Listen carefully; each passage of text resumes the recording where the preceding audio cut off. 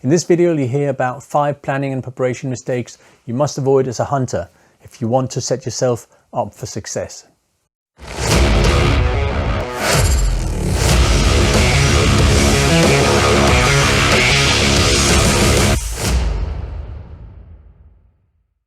Welcome to the Red Kettle channel. Here you'll get tips and tricks for efficient hunting.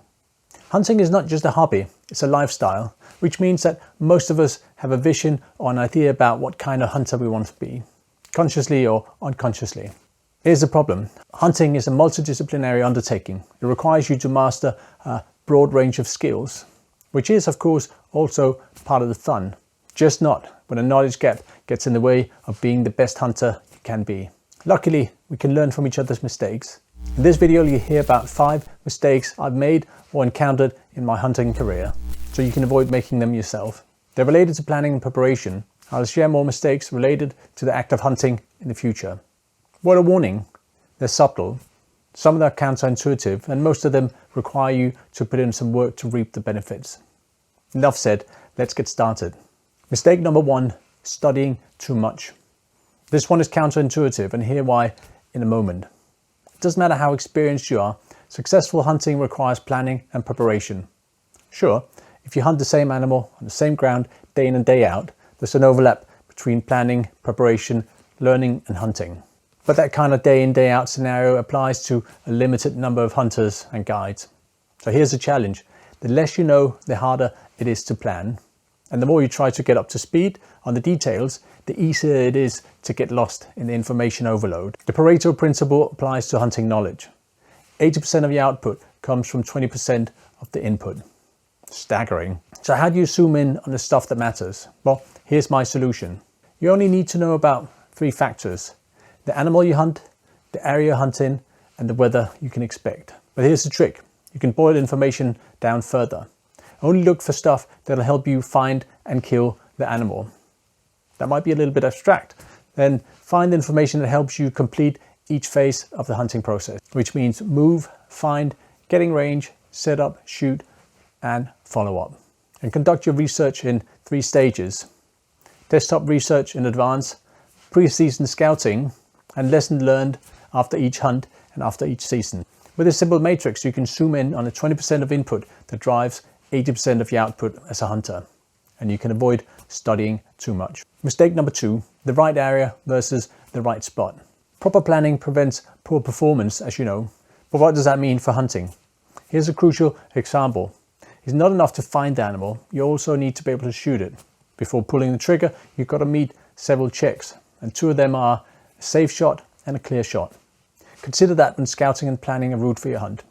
Know where vegetation gives you clear shots, and know the spots where you have solid backstops. It's not enough to move around the area where you know the deer hang out. You've got to set yourself up for a successful shot. It applies to hunting from a tree stand or other fixed position as well. Setting a high seat up doesn't conclude your work. You need to make sure you have a clear shot at the angles where you expect the deer to move. And here's the thing, trees grow, so expect to have to do some pruning if you return to a spot after a while. I've been in high seats in the past where branches had grown so much that they prevented a clear shot. That's irritating and totally unnecessary. You also need to be 100% clear on where you have safe shots, which includes backstops, safe angles and public footpaths. High seats and tree stands are safer because you're further up, shooting down, but that doesn't remove the requirement for a diligent assessment of your surroundings. If you do it properly, you won't hesitate when an opportunity arises, and more importantly, you'll avoid making safety mistakes. In summary, you must prepare your arcs of fire so you know exactly where and when you can pull the trigger. It's not enough to be in the right area, you've got to put yourself in the right spot. So far so good. Next we'll talk about setup and shooting, and you can look forward to hearing about tools versus toys and techniques versus transitions later in the video. Mistake number 3, setup point versus shooting position. We just talked about the setup and how you've got to ensure that you have a clear and safe shot, among other things. There's one more pitfall you've got to avoid or be aware of in this phase. For now, I'll focus on static hunting, which means hunting from a tree stand or hide. In that type of hunt, setup phase is part of your planning and preparation. Many hunters call it a day when they've found a suitable spot and installed a tree stand. That's a big mistake. Why? For 2 reasons. Firstly, if you twist and turn to put your sights on the target or the deer, you'll most likely add undue tension to your position.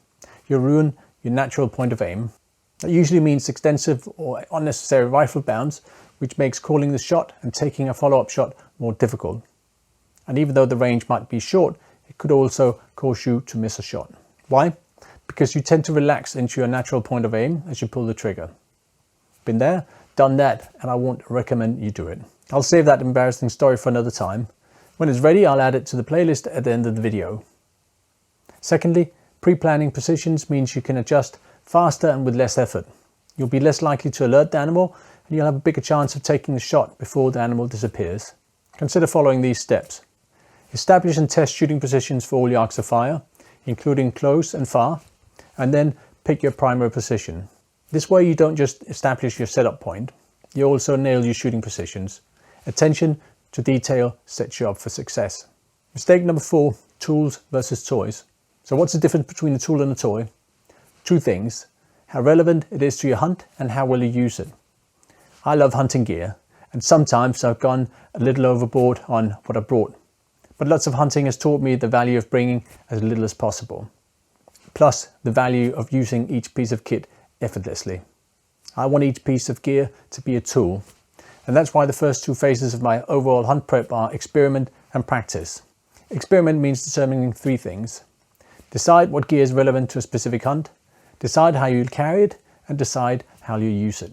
Practice means developing unconscious competence with all your kit. Each piece of gear you bring on a hunt must go through these 2 toll gates, period. A hunt is not the time for learning and familiarization, not if you want to avoid wasting time, effort and money. Or worse, wounding an animal. So next time you're out hunting, make sure you bring tools, not toys. Mistake number 5, techniques versus transitions.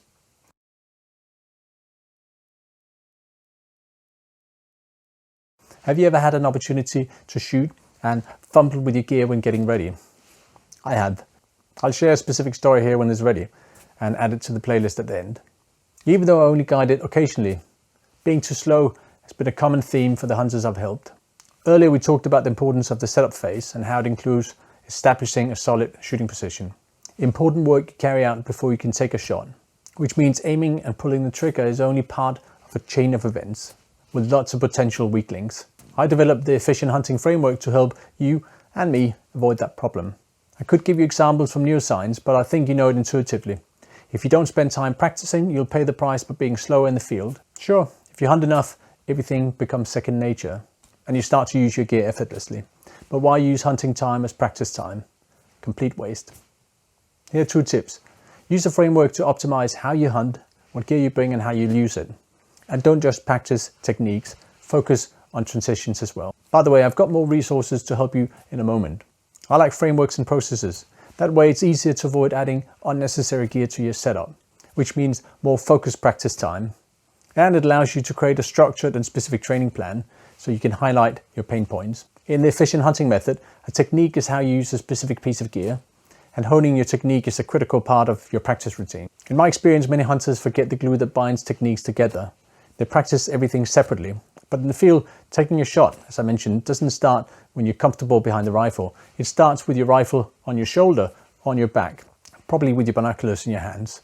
Practice that entire process of getting set up. Practice the transitions as diligently as you hone your techniques. Don't let fundamental skills become weak links and get in your way of successful hunting. Remember, planning and preparation is the foundation for a successful hunt. Avoid these 5 mistakes: studying too much, finding the right area, forgetting the right spot, establishing a setup point, forgetting your position or positions, bringing toys instead of tools, and honing techniques but forgetting about transitions. You can avoid a great deal of frustration by learning from other hunters and the mistakes they've made. Luckily, I have an extensive back catalog for you, including summaries of mistakes you should avoid and hunting stories with lessons learned. Check out this playlist. Maybe you like more structure and a step-by-step approach. If that's the case, I've created a framework and a set of standard operating procedures for you. The content includes ebooks, quick reference guides and free courses. Check it out if you want to avoid wasting time and money when you're hunting. Thanks for watching.